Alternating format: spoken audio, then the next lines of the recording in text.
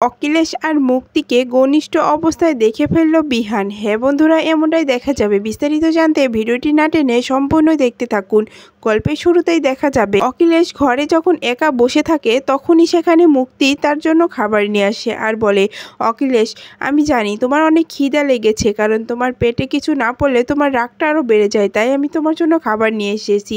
এরপরে অন্যদিকে দেখা যায় যে ঋতুজা অনেক কষ্ট পেতে থাকে। তখনই কম্পাস ঋতুজাকে বলে, মা আমি জানি তুমি অনেক কষ্ট পাচ্ছ, তুমি আমার কাছে এসে বসো, আমার সঙ্গে কথা বলো মা, তাহলে তোমার ভালো লাগবে। তখনই দেখা যায় যে ঋতুজা বলে, কম্পাস আমি ঠিক আছি, আমার কিছুতেই খারাপ লাগে না, আমি সব কিছুতেই অভ্যস্তিত। তখনই কম্পাস বলে, আমি না আসলেই ভালো হতো না মা, আমার জন্যই তোমাকে আজকে এত অপমান সহ্য করতে হলো। তখনই দেখা যায় ঋতুজা বলে ওঠে, কম্পাস নিজেকে দোষ দিও না, কারণ এতে কারোর কোনো দোষ নেই, আমি আগে থেকেই জানতাম যে এরকম কিছুই হবে আমার সঙ্গে, আমি এর জন্য প্রস্তুতও ছিলাম। এরপরে কম্পাস বলে ওঠে, মা তুমি কি বলছো, তুমি কি ভেবে বলছো মা? তখনই ঋতুজা বলে ওঠে, হ্যাঁ কম্পাস, এসব কিছুতে আমি কাউকেই দোষ দিই না, এটা আমার নিজের দোষ, আমার নিজের ভাগ্যে লেখা ছিল, এজন্যই এই সব কিছু হয়েছে, আমি এসব কিছুতে কাউকেই দোষ দিই না।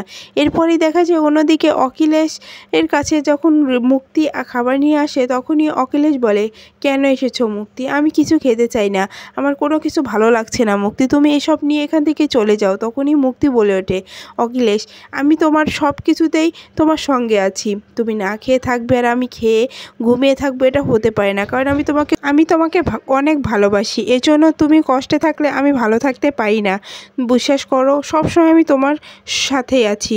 তখনই অখিলেশ বলে, সেটা যদি ঋতুজা বুঝতো তাহলে এমনটা হতো না। তখনই দেখা যায় মুক্তি বলে, তুমি এখন ঋতুজার কথা ভেবো না, তুমি এখন তোমারটা নিয়ে ভাবো, আমার একটা জিনিস ভয় হচ্ছে জানো, ঋতুজা এত সহজেই সব কিছু মেনে নেবে না, কারণ তার শ্বশুরমশাইয়ের দেয়া এই সম্মান সে কখনোই হাতছাড়া হতে দেবে না, আমার বিশ্বাস যে ও এর জন্য তোমার সঙ্গে লড়াই করবেই। তখনই অখিলেশ বলে, সেটা পরে দেখা যাবে, ও আমার সঙ্গে কিচ্ছু করতে পারবে না, কারণ আমি ওই মোনালিসার দাদুর উপর দিয়ে কথা বলতে পারবো না, কারণ আমরা একসঙ্গে কাজ করছি, এখন যদি সে কাজ করা বাদ দেয় তাহলে অনেক বড় বিপদ হয়ে যাবে। তখনই মুক্তি বলে, এত কথা ভাবতে হবে না, তো তুমি বাদ দাও, এসব কিছু বাদ দিয়ে আমি তোমার জন্য যে খাবারটা নিয়ে এসেছি এটা আমি তোমাকে খাইয়ে দিই, তুমি এখানে বসো। তখনই অখিলেশ চুপটি করে ওখানে বসলেই মুক্তি অখিলেশকে খাইয়ে দেয়। এরপরে অন্যদিকে দেখা যায় যে ঋতুজা কম্পাসকে বলে যে, জানিস আমি অনেক আগে থেকে এই সব কিছুই ভেবে রেখেছিলাম যে একদিন ঠিক আমার জীবনে এরকম কিছুই আসবে, ঠিক তাই এসেছে। আমি কিন্তু বলেছিলাম অখিলেশকে যে তুই হারিয়ে যাওয়ার পরে যে তোকে যদি খুঁজে না পাওয়া যায় আর তোর যদি কিছু হয়ে যায় তাহলে আমি পুলিশ অফিসারের কাছে গিয়ে অখিলেশের নামে কমপ্লেন করব, এ কথাটি বলেছিলাম। আরও বলেছিলাম যে আমি তোমার সব কিছু জেনে ফেলেছি, কিন্তু তখন হয়তো অখিলেশ অনুমান করে কিছু ধরতে পারেনি বলে অখিলেশ আমার কথায় কান দেয়নি, আর অখিলেশ ভয়তে এরকমটা করছে। আর আমি যদি ওর সঙ্গে সাইও দিতাম, কারণ ও মোনালিসার দাদুর সঙ্গে কিছু একটা করছে, এজন্য ও এরকমটা করছে। আমাদেরকে জানতে হবে রে কম্পাস যে ওই অবিজ্ঞান দত্তর সঙ্গে ওর কী এমন সম্পর্ক যে ওর নাতনিকে এই কলেজে রাখতেই হবে, না হলে ওর সমস্যা হয়ে যাবে। আমার বিশ্বাস যে ওদের মধ্যে কোনো একটা কারণ আছেই, এজন্যই ও অখিলেশ এমন করছে। আর তুই দেখতে চেয়েছিলি না, আয় আমি তোকে নিয়ে দেখাচ্ছি যে আসলে আমি এইসব কারণে কেন কষ্ট পাই না। তখনই কম্পাস বলে, মা কোথায় নিয়ে যাচ্ছ তুমি, কি হয়েছে আমাকে বলো না। তখনই ঋতুজা বলে, কিছু বলতে হবে না, তুই চুপটি করে আমি যেখানে তোকে নিয়ে যাচ্ছি সেখানে শুধু চল। তখনই কম্পাস বলে, কোথায় নিচ্ছ এটা তো অন্তত বলো। তখনই ঋতুজা বলে, মাকে বিশ্বাস করিস তো? তখনই কম্পাস বলে, হ্যাঁ মা, আমি সব থেকে তোমাকে বেশি বিশ্বাস করি, তোমাকে বিশ্বাস করে আমি সব জায়গায় যেতে পারবো। এরপরে দেখা যায় অন্যদিকে মাহি আর অরিন্দম খালি পায়চারি করতে থাকে। তখনই অরিন্দম মাহিকে বলে, কি হয়েছে রে দিদিভাই, তুই এমন করছিস?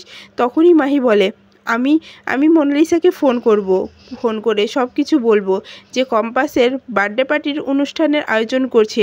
আমি এই জন্য মোনালিসাকে যদি এখন বলে দিই তাহলে মোনালিসা কিছু একটা প্ল্যান করে ফেলবে, এই এই সারপ্রাইজ পার্টিটা নষ্ট করে দিবে, তাই আমাকে যে করে হোক মোনালিসার সঙ্গে যোগাযোগ করতেই হবে। এরপরেই মাহি মোনাকে ফোন করলে মোনা বলে, এত রাত্রে কি হয়েছে?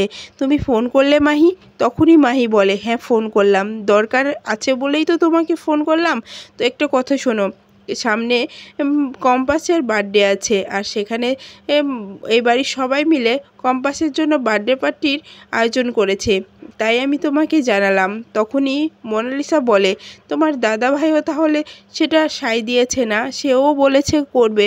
তখনই মাহি বলে, না শ্রদ্ধা ভাই তেমন কিছু বলেনি, চুপ করে দাঁড়িয়েছিল, কিন্তু জেম্মা আর মা মিলে আয়োজনের সব কথা পরামর্শ করছিল, তাই শুনলাম, তাই ভাবলাম তোমাকে আগে ফোন করে বলি, না হলে যদি পরে বলি তাহলে বলবে যে আমি তোমাকে জেনে বুঝেও কিচ্ছু বলিনি। এরপরে মোনালিসা বলে, ভালো করেছো মাহি, এবার আমার যা করার আমি সেটাই করব। আমিও দেখতে চাই যে কম্পাস কি করে তার বার্থডে পার্টি করে। আমি ওর এই বার্থডে পার্টিটা করতে দেব না, আমি বিহানকে সব কিছু নষ্ট করে দিতে বলবো।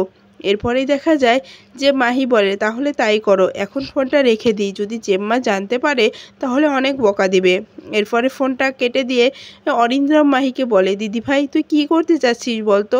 তখনই মাহি বলে, কি করতে চাচ্ছিস বুঝতে পারছিস না?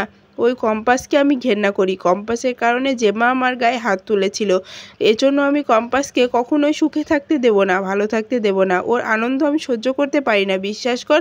তখনই দেখা যায় যে অরিন্দ্রমও বলে, আমিও তো ঠিক তাই, কারণ ওর কারণে আমি মার খেয়েছি ওর হাতে, আমি তো ওকে ছাড়বো না। এরপরে অন্যদিকে দেখা যায় যে মুক্তি আর অখিলেশ খুব ঘনিষ্ঠ অবস্থায় থাকে। তখনই অখিলেশ মুক্তিকে জড়িয়ে ধরে বলে যে, মুক্তি, ঋতুজা আমাকে বুঝলো না, তুমি আমাকে বুঝো, তুমি আমাকে ছেড়ে কখনো চলে যাবে না তো? তখনই দেখা যায় যে মুক্তি বলে, না আমি তোমাকে ছেড়ে কোথাও যাব না, আমি তোমাকে কথা দিচ্ছি অখিলেশ, সবসময় তোমার পাশে পাশে থাকবো, তোমার সহযোগিতা করব, তোমাকে ছেড়ে কখনোই আমি চলে যাব না, কারণ আমি ঋতুজা না, আমি মুক্তি, আমি তোমাকে পাওয়ার জন্য সব কিছু করতে পারি। এরপরে দেখা যায় আড়াল থেকে কম্পাস আর ঋতুজা সব কিছু দেখে ফেলে। এদিকে কম্পাস খুব রেগে যায়, আর ভিতরে আসার চেষ্টা করলে ঋতুজা বলে, না কম্পাস, এবার ওখানে যেতে হবে না, কারণ এটা আমার দেখে অভ্যস্ত হয়ে গেছে, তুমি ওখানে গেলে ঝামেলাটা বাড়বে, কমবে না, তাই আমাদেরকে এখন এখান থেকে ফিরে যাওয়াই ভালো হবে। তখনই কম্পাস বলে, না মা, ফিরবো না, আমরা এর প্রতিবাদ করবই। এরপরে ঋতুজা কম্পাসের হাত ধরে টানতে টানতে নিয়ে আসে আর বলে, না মা, এখন এসব কিছু বলার দরকার নেই, বাড়ি ভর্তি ছেলেমেয়েরা আছে, জানাজানি হলে মান সম্মান আর থাকবে না, কারণ অখিলের যে কাজটা করেছে এই কাজটা কখনো ক্ষমা পাওয়ার যোগ্য না। আর ছেলেমেয়েরা যদি জানতে পারে যে তাদের বাবা এতটা খারাপ, এতটা জঘন্য কাজ করছে, তাহলে তাদের উপর থেকে ভালোবাসার, সম্মান, বিশ্বাসটা দুটোই উঠে যাবে। তখনই কম্পাস বলে, আচ্ছা মা, তুমি কি এটা আজকেই দেখলে না আগেও দেখেছিলে?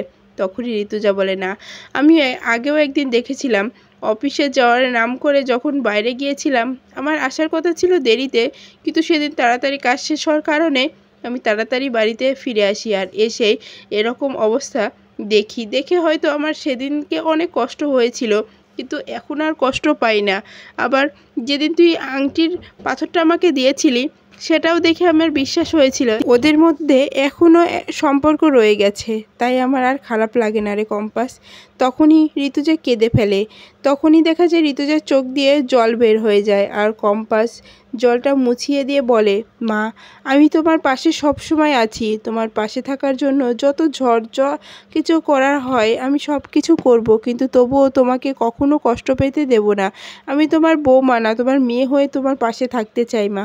তখনই ঋতুজা বলে, হ্যাঁ কম্পাস, আমি শুধু তোমাকে আমার বৌমা হিসেবে দেখি না, আমি আমার মেয়ে হিসেবেই দেখি, কারণ আমার মেয়ের মতোই তো তুই। তখনই কম্পাস বলে, এটা বললেই অনেক কিছু মা, এখানে থাকতে হবে না, চলো আমরা ঘরে গিয়ে ঘুমিয়ে পড়ি। এরপরেই তখনই সামনে দিয়ে বিহান আসে, আর বিহান কম্পাস আর ঋতুজাকে ওখানে দেখে চমকে যায় আর বলে, ওরা এখন এত রাতে এখানে কেন? তাহলে কি কিছু হয়েছে মা কি আবার বাবার ঘরে গিয়েছিল? মায়ের চোখে জল, আমাকে জানতেই হবে যে মায়ের সঙ্গে কি হয়েছে। তখনই বিহান এসে জিজ্ঞাসা করে ঋতুজাকে, মা, তোমরা কোথায় গিয়েছিলে এত রাতে? তোমরা বাইরে আর বাবার রুমের সামনে দাঁড়িয়ে আছো, বাবা আবার কিছু বলেছে নাকি তোমাকে? তখনই ঋতুজা বলে, না, তোর বাবা আমাকে কিছুই বলেনি, আসলে এমনি ভালো লাগছিল না বলে কম্পাসের সঙ্গে একটু পায়চারি করছিলাম, অন্য কিছু না। এরপরে বিহান বলে ওঠে, আমাকে মিথ্যা বলো না মা, তোমার চোখে জল, তোমার মুখটা কেমন শুকনা শুকনা লাগছে, তুমি অন্তত আমার কাছে সত্য কথা বলো মা, আমি তোমার ছেলে, আমি তো অন্য কেউ না। বাবা কিছু বলেছে তোমাকে? আমি যাব বাবার কাছে, গিয়ে জিজ্ঞাসা করব যে বাবা তোমাকে কি বলেছে? তখনই ঋতুজা বলে, না, কোথাও যাবি না বিহান, তুই আমার ছেলে, তুই তুই কারোর সঙ্গে কোনো প্রতিবাদ করার জন্য দণ্ড বাঁধাবি না। একটা কথা শোন বিহান, এখন আমাদের একটাই লক্ষ্য থাকবে, যে কলেজটাকে বাঁচানোর। ওই মুক্তির হাতে যতই কলেজটা তুলে দিতে চায় না কেন, আমি তো এত সহজে ছাড়বো না। এটা আমার শ্বশুরমশাইয়ের দেয়া আমার উপহার, উনি আমাকে ওখানে বসিয়েছিল, ওটা আমার অখিলেশ দেয়নি যে ও কেড়ে নিতে চাইলো আর আমি দিয়ে দিলাম। আমি কিচ্ছু দেব না, সব কিছু আমি নিজেই চালাবো। এজন্য আমাদের তো লড়াই করতে হবে, সাহস রাখতে হবে, হেরে গেলে হবে না বিহান। আমার জন্য হলেও তোমাকে এই কাজগুলো করতে হবে, তুমি এখন ঘরে যাও। তখনই দেখা যায় যে বিহান বলে, না মা, আমি যে বাবার কাছে জিজ্ঞাসা করতে চাই, বাবা তোমার সঙ্গে কেন এই অন্যায়টা করলো, এটা তো আমাকে জানতেই হবে। তখনই ঋতুজা বলে, বিহান বাবা আমার, মাথা ঠান্ডা করো, কোনো কিছু করতে হবে না, যাও ঘরে গিয়ে ঘুমিয়ে পড়ো।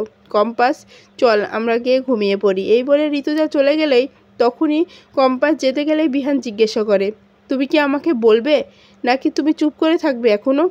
তখনই কম্পাস মনে মনে ভাবে, বলবো কি বলবো না, বললে যদি এর বিপরীত হয়ে যায়, মা যেহেতু বললো না, আমিও বলবো না। এরপরেই বিহান জোরাজোরি করতে থাকে, কম্পাস ভালো হচ্ছে না, বলে দাও কি হয়েছে, কি কি কে বলেছে বাবা, বাবা অপমান করেছে মাকে, আমার কাছে অন্তত বলে দাও।